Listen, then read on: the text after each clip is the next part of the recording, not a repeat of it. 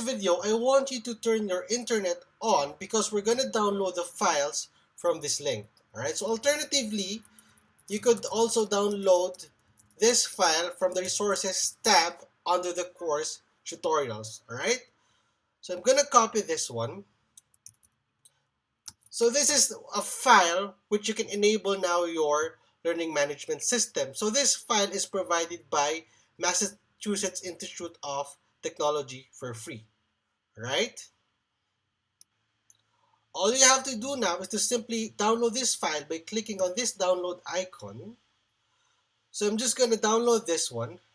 And all you have to do now is to uncompress this zip folder. So I'm going to uncompress this one. And once this is uncompressed, so let's just wait for it. Then afterwards, if you want, you could rename this one. And make sure, once you name this one, there are no spaces. Alright, so I'm going to say that again, rename it with no spaces. So I'll call this, for example, as, oops, sorry. Where was that? There you go. So I'm just going to rename this one. So rename it as my school. So all I have to do now is to simply copy this one.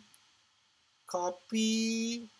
And then I'm going to paste that onto my htdoc where SAMP is. So go to Applications, and then SAMP. If you're using Windows, that's under C, Program Files, SAMP.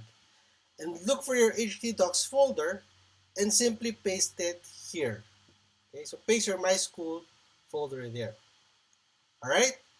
So I'm going to see you now in the next lesson so that we can to configure this folder.